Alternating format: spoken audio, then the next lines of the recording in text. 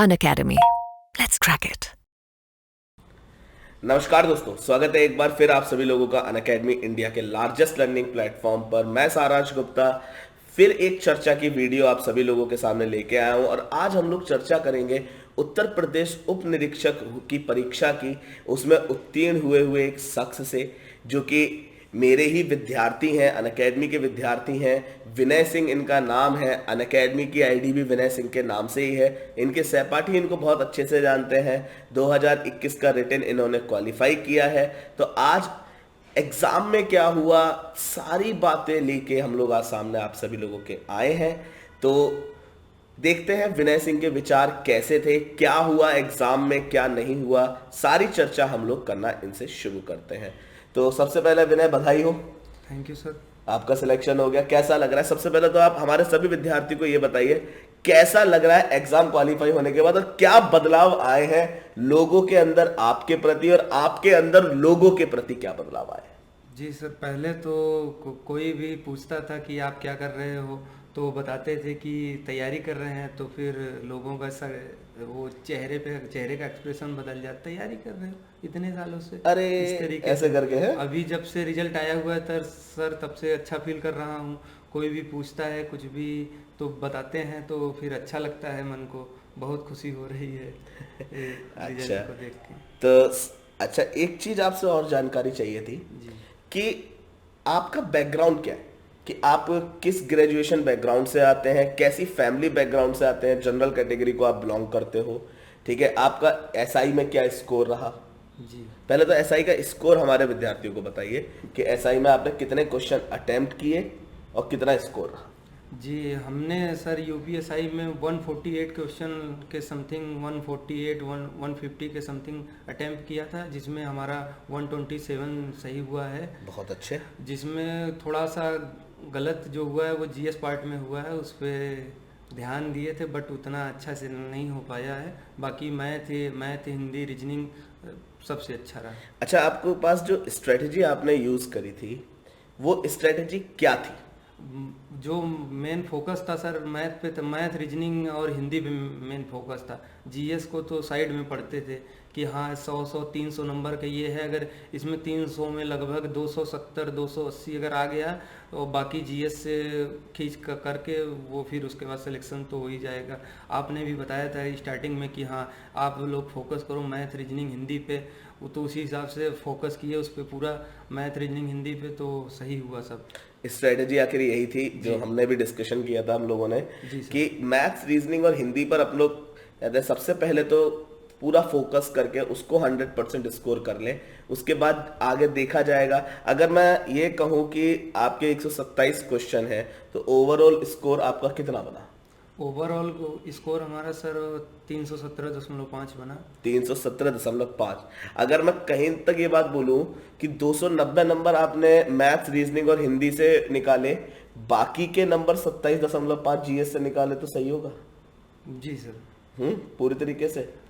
अच्छा, तो बताइए अपने बैकग्राउंड के बारे में कि आप कहाँ से आते हैं, कहाँ के रहने वाले हैं, ठीक है? पिताजी क्या करते हैं, सारी कहानी, ग्रेजुएशन वगैरह, कैसे आप अनअकैडमी तक आए? जी सर, मेरा नाम विनय कुमार सिंह है, मैं प्रयागराज का रहने वाला हूँ। मेरे पिताजी फार्मर थे। अभी उनका पिछले 2018 में उनका निधन हो गया था। बहुत दुख की बात है। अभी अभी हमारे जो बड़े भैया हैं वो गार्जियन हैं हमारे।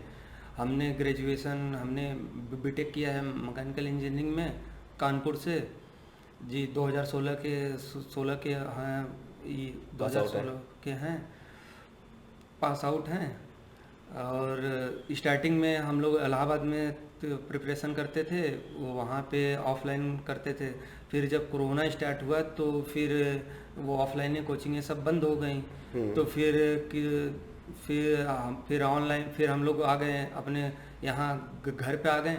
उसके बाद वहाँ पे मन में ये विचार आया कि ऑफलाइन तो बंद हो गई है, अब ऑनलाइन किया जाए। फिर एक दो लोगों ने बताया कि अनअकैडमी देख लो, ये देख लो, वो देख लो। फिर अनअकैडमी पे हमने सब्सक्रिप्शन खरीद लिया। उसके बाद अनअकैडमी पे पहले जब खरीदने के बाद उसके बाद हमने 1 महीने तक इससे कुछ नहीं पढ़ा ही नहीं, बिल्कुल भी नहीं फॉलो किया, अपने आप को पढ़ते थे ये। अच्छा। फिर उसके बाद जब हमारे नोट्स सारे मतलब पढ़े हुए, सब हमको लगते थे कुछ नया न्यू ढूंढते थे, तो उसके बाद हमने अनअकैडमी पे स्टार्ट किया पढ़ना। तो स्टार्टिंग में बिल्कुल भी समझ नहीं आता था कि क्या पढ़ें, कैसे पढ़ें, ये तो इतनी सारी क्लासें हैं, इतने सारे नोट्स हैं, सब लोग क्या क्या पढ़े, कितना पढ़े, है ना। हाँ, जी सर, बिल्कुल सही बात। बिल्कुल ये सब हाँ। लगता था।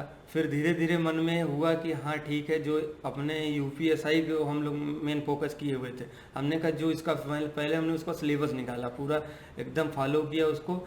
फिर हमने कहा कि जो इसमें से हमको मेन लगे फोकस, उसको पढ़ें। फिर हमने एक दिन आपको फॉलो किया, आपकी क्लास देखी रीजनिंग वाली। उसके बाद हमने रीजनिंग को महसूस किया कि हाँ रीजनिंग में ये लॉजिक है। अब रीजनिंग पहले भी मतलब रीजनिंग आती थी, लेकिन वैसा नहीं कि एकदम रीजनिंग के लगता था। जब आपका वो पढ़ें, तरीके पढ़ें सारे, वो सोल्यूशन पढ़ें, तो महसूस हुआ अंदर से हाँ हमने अभी तक ये गलती किया था जो सिलेक्शन नहीं हो रहा था। आना एक अलग चीज़ होती है, लेकिन वो फास्ट तरीके से, उस तरीके से आपने जितने इजी तरीके से डेवलप किए, उस तरीके को हमने जब पढ़ा जाना, तब महसूस हुआ कि हाँ अब सिलेक्शन हो सकता है। Thank you. बिल्कुल। अच्छा, फिर और चलो ये तो रीजनिंग की बात रही, फिर हिंदी के लिए क्या किया? जी, हिंदी के लिए सर आपकी जो महाकाल श्रृंखला शुरू हुई थी 7500 वाली टेस्ट सीरीज, उसके वो तो सर एकदम हिंदी के लिए एकदम इनफ है। इतने सारे क्वेश्चन, लगभग 10,000 प्लस क्वेश्चन होंगे। इतने बार हमने मतलब 7500 बोल के हमने 10,000 से ऊपर करा दिए। जी, 10,000 प्लस क्वेश्चन आपने करा दिए सर। उससे ये फायदा हुआ कि कुछ क्वेश्चन को देखते ही सॉल्व कर दिए। अच्छा। मतलब पढ़ने की जरूरत भी नहीं कि सेम टू सेम एचटी वही सेम टू सेम क्वेश्चन फंसे। अच्छा, अगर मैं पूछूं कि मैथ्स, रीजनिंग और हिंदी मिला के मतलब कितने क्वेश्चन मेरे नोट से आपको फंसे मिले होंगे पेपर में? तो सर आप 120 क्वेश्चन थे। वैसे तो जो आप पढ़ाए थे उसी में से आए थे, लेकिन एज इट इज जो क्वेश्चन मुझे महसूस हो रहे हैं कि 50 से 60 क्वेश्चन तो सेम टू सेम वही थे। 50 से 60 मतलब 50% सेम था कि वही था, जो आया था वही था, उठा के रख दिए। मतलब बाकियों में कुछ डिजिट वगैरह चेंज कर दिए हैं, ये सब चेंज करे, तरीके बदले थे बस सर, बाकी तो वही था सर। तो अब कैसा महसूस हो रहा है? फिजिकल की तैयारी कैसी चल रही है? पहले सर फिजिकल की तैयारी कर रहा हूँ अभी ठीक। अभी पिछले मंथ जब से आंसर की आई थी, उसके बाद से खुशी इतनी थी कि उसके बाद दौड़ना स्टार्ट किए थे। फिर उसके बाद फिजिकल की तैयारी अभी ये समझ लीजिए कि ठीक चल रही है। देखिए भाई, जितने लोग फिजिकल की तैयारी करने जा रहे हैं, मैं उनसे एक बात कहना चाहूँगा कि पहले तो किसी भी बहकावे में ना आए। कोई मेरिट लिस्ट और ये सारी बातें जो लोग कर रहे हैं, ठीक है, बहुत सारे लोग हैं जो बच्चों को मूर्ख बना रहे हैं ताकि दोबारा पैसे ऐड सके उनसे पढ़ने के नाम पे। फिर उनका सिलेक्शन तो होना नहीं, क्योंकि वो लोग रनिंग छोड़ के अपना कहीं और लग जाएंगे। ठीक है, इतने सारे बच्चों ने पेपर दिया, 100-150 बच्चों का उठा के नॉर्मलाइजेशन करके बता रहे कि 100 बच्चों में कितने नॉर्मलाइजेशन में मार्क्स बड़े होंगे, कितने कम होंगे। सोचने का विषय है। आप बताइए विनय, अगर इतने सारे बच्चों ने पेपर दिया, उसमें से 100 बच्चों के मार्क्स को उठा के उनके डेटा को कंपेयर करके कोई बता सकता है कि नॉर्मलाइजेशन कैसे पॉसिबल हुआ है? जी सर, हमें तो बिल्कुल भी ये महसूस हो रहा है कि ऐसा बिल्कुल करना नामुमकिन है। एनालाइज करना रिजल्ट लोगों को देख के वो मन में एक विचार आ सकते हैं, मूर्ख बनाने वाली बात है बाकी तो ठीक है। तो इन सब को छोड़ के आप अपनी रनिंग की तैयारी करें। और विनय, मैं आपसे भी ये वाली बात कहना चाहूंगा और सभी से कहना चाहूंगा कि 28 मिनट में 4.8 है, आप कोशिश करें उसको और रिड्यूस करके 20 मिनट में ही करने की, ताकि आपका एक और कहते ना वहां जाके वर्चस्व सा आपको बनाना है। और जिंदगी की ऐसे समझ लीजिए, जिंदगी की आखिरी रेस है। जितना दौड़ लोगे, जितना दिल से दौड़ सकते हैं दौड़िएगा। ठीक है, अपना सिलेक्शन लीजिए, उसके बाद आपको जो करना है दुनिया में आप करिए, आपसे कोई नहीं पूछने वाला, क्योंकि जब अपना पैसा जेब में आएगा तो कोई नहीं पूछता। ठीक है। अच्छा चलिए विनय, एक बात और हम आपसे जानना चाहेंगे। बहुत दिनों से एक बात इच्छा थी कि अगर और जो बच्चे प्रिपरेशन करना चाहते हैं, ठीक है, उनसे अगर मैं ये कहूं कि आप अनअकैडमी पर आओ, तैयारी करो, तो कैसा मतलब डिफरेंस है यूट्यूब से जो बच्चे पढ़ते हैं और अनअकैडमी में? दोनों में क्या अंतर आपको महसूस हुआ? आप पढ़े दोनों जगह से हैं लगभग, पहले यूट्यूब और वैसे पढ़ते थे, फिर आप इधर आए, तो कैसा आपको अंतर महसूस हुआ? सर जैसे कि आपको कोई चीज़, जैसे कि किसी चीज़ पे अगर पढ़ना है, पहले तो सबसे बढ़िया अनअकैडमी का ये है, किसी टीचर को अगर आप फॉलो कर रहे हैं जो अच्छे टीचर हैं, पहले उनसे आप ये जानिए, जैसे आप सर हो गए, तो पहले हमको क्या पढ़ना है क्या नहीं पढ़ना है इस पे फोकस करना पड़ेगा, बिल्कुल क्योंकि सही बात। यूट्यूब पे क्या है कि एक तरफ से पढ़ा रहे हैं, कुछ भी पढ़ा रहे हैं, वो पढ़ने के बजाय, टाइम वेस्ट करने के बजाय आपको क्या पढ़ना है क्या नहीं पढ़ना इस पे फोकस करना चाहिए। आपको जो आना है, जो सिलेबस है उस पे अगर काम, अगर जैसे कि अब अभी हम सब कुछ पढ़ रहे हैं, 10 घंटे तक पढ़ रहे हैं, तो वो 10 घंटे का अगर हमने 10 घंटे जो आना है वही पढ़ें, तो उस पर अगर हमने उसको 3-4 बार पढ़ लिया उतने टाइम में, तो उस बिल्कुल सही पर बात। डिफरेंस ये होगा कि आप एग्जाम में बैठोगे, पेपर देखोगे, एकदम कॉन्फिडेंस सा डेवलप होगा अंदर से कि हाँ हमने तो पढ़ा है इसको, ये तो इजी है। फिर उसके बाद अगर 2-4-10 क्वेश्चन उनमें कॉन्फिडेंस डेवलप हो गया वहाँ, तो फिर उसके बाद तो समझ लीजिए सर फिर तो कहानी एकदम पेपर एकदम चल रही है, क्लियर ही फ्लो में है। अच्छा एक बात मैं बताइए, जैसे मैं ये वाली बात हमेशा बोलता हूँ सभी लोगों से, ये वाली बात मैं आज कहना भी चाहूंगा, क्या पढ़ना है क्या नहीं पढ़ना है, पहले क्या नहीं पढ़ना है इसको जानो। जी सर। अगर क्या पढ़ना है ठीक है ये तो सबको पता है, लेकिन क्या नहीं पढ़ना है, सबको पता है मैथ्स रीजनिंग हिंदी पढ़नी है, जीएस पढ़ना है, लेकिन इन सब में क्या नहीं पढ़ना है, किस पे कम फोकस करना है, किस पे ज्यादा फोकस करना है, ये बहुत ज्यादा जरूरी है ना। जी जी सर। अच्छा फिर एग्जाम में प्रेशर कैसा था, कैसा लग रहा था, मतलब एग्जाम में जब बैठे थे तो पहले तो सबसे पहले तो आसपास वाले लोग जो बातें करते हैं वो तो एक बार वो जरूर बताइए, आसपास वाले लोगों ने क्या बातें करी। जी सर, एग्ज़ाम हॉल में मैं समझ लीजिए सर, जैसा आप बताए थे कि हाँ एकदम एकदम टाइम टू, मतलब लास्ट टाइम पे जाना, रिपोर्टिंग से जस्ट 5 मिनट पहले है। ज़्यादा पहले जाके वहाँ सबकी बातें सुनना नहीं है, वो सब होगा। तो जैसे हम लोग अंदर गया, मैं अंदर देखा कि अगल बगल वाले सीट पे लोग बैठे हुए थे, हम भी गए, हम बैठे। तो पहले तो क्वेश्चन खुला, मतलब जब क्वेश्चन खुलते ही तो फिर हल्ला होने, अरे यार क्या हो गया, कैसा एग्जाम कैसा आया। जब हमने देखा 1 2 3 क्वेश्चन, मतलब शुरू स्टार्टिंग के जितने भी क्वेश्चन 4-5 सॉल्व किए, वही जो हमने पढ़ाए तो वही सब आया था, तो एकदम अंदर से कॉन्फिडेंस डेवलप हुआ कि अब लग रहा है कि सिलेक्शन, अब हमने सही जगह पढ़ाई की थी, अब कोई नहीं रोक सकता अब है। रोक नहीं सकता। उसके बाद सर कॉन्फिडेंस ऐसा डेवलप हुआ कि वो गिरा ही नहीं। उसके बाद सर बाकी क्वेश्चन ऐसे थे कि मैथ हो गया, रीजनिंग हो गया, कुछ क्वेश्चन तो ऐसे थे एज इट इज थे, तो उसको तो एक बार में देखते ही तुरंत मार के टिक आगे बढ़े। बाकी जो डिजिट वगैरह कैलकुलेशन थी उनको सॉल्व कर लिए। बाकी ये दिमाग में बनाए थे कि हर क्वेश्चन 50 सेकंड में अटेम्प्ट करना है, 45 से 50 सेकंड। 45 सेकंड का तो समय था और सब तो अटेम्प्ट करना नहीं भैया। 45 सेकंड का समय हर क्वेश्चन पे, 400 वो 160 क्वेश्चन है, ठीक है, 400 नंबर का पेपर है, बस 160 अटेम्प्ट नहीं कर लेने हैं। लोग क्या करते हैं कि निगेटिव मार्किंग अगर नहीं है, हमें तो सब अटेम्प्ट करने हैं जी, तुक्के लगाने। फिर होता क्या, नॉर्मलाइजेशन होता है, नॉर्मलाइजेशन में बच्चे पीछे रह जाते हैं। और ये बात लोग नहीं समझते कि चाहे नेगेटिव मार्किंग हो चाहे ना हो, आपको वही करना है जो आपको आता है, ये सच्चाई है। तो विनय फिजिकल की तैयारी अब शुरू हो गई है। जी सर, फिजिकल की तैयारी शुरू है। हम चाहते हैं कि आप एक वादा और करके जाए हमसे।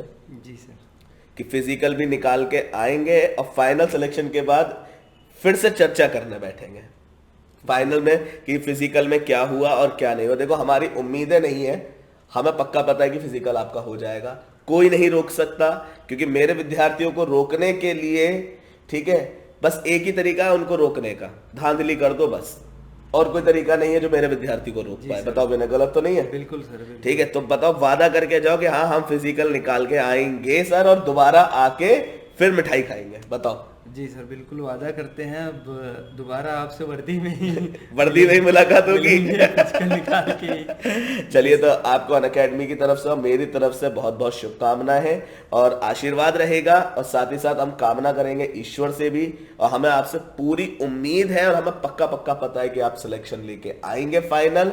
तो बहुत बहुत शुभकामनाएं विनय, बहुत अच्छा लगा आप आए यहाँ तक और मेरे पास बैठ के इंटरव्यू कराया, अपनी बातचीत करी, तो खुशी है मन में? जी सर, डर तो नहीं है? धन्यवाद आपका। डर तो नहीं है? नहीं सर, डर तो नहीं लग रहा है, बस फर्स्ट टाइम माइक पे बैठे हैं तो अंदर से कोई नहीं। तो दोस्तों, ये थे हमारे विनय सिंह, ठीक है, one of my favourite student, और इनका सिलेक्शन हुआ है तो आपका भी हो सकता है। इस दुनिया में अगर आप देखो, एक चीज सबको मैं बोलना चाहूंगा, वो लोग बोलते हैं ना सर हम कोशिश करेंगे, अगर आप कोशिश करने की सोच रहे हैं ना, तो आप ध्यान रखिए आप उस काम को कर सकते हैं। निर्णय लीजिए, सही होगा गलत होगा फर्क नहीं करता, लेकिन हम उसको सही बनाने के लिए अपनी पूरी जी जान लगा देंगे और कोई नहीं रोक सकता हमें हमारे निर्णय को सही करने के लिए। तो आज की चर्चा की यही समाप्ति करते हैं। तो बहुत अच्छा लगा विनय, जी थैंक ठीक है, सादर धन्यवाद दोस्तों, और मुलाकात होगी अगले शख्स के साथ। जब जैसे ही वो आएंगे तुरंत आपकी उनके साथ भी मुलाकात कराई जाएगी। बहुत सारे लोग अभी बचे हैं, पुनीत बचे हैं, बहुत सारे लोग हैं। प्रिंस के साथ वाली वीडियो ऑलरेडी आ चुकी है। तो ये थे Vinay Singh, UPSI 2021 written qualified, और फिजिकल के लिए इनकी हम अनअकैडमी और मेरी तरफ से पूरी पूरी शुभकामनाएं कामना करेंगे ईश्वर से कि इनका सिलेक्शन बहुत जल्द हो। धन्यवाद। यू।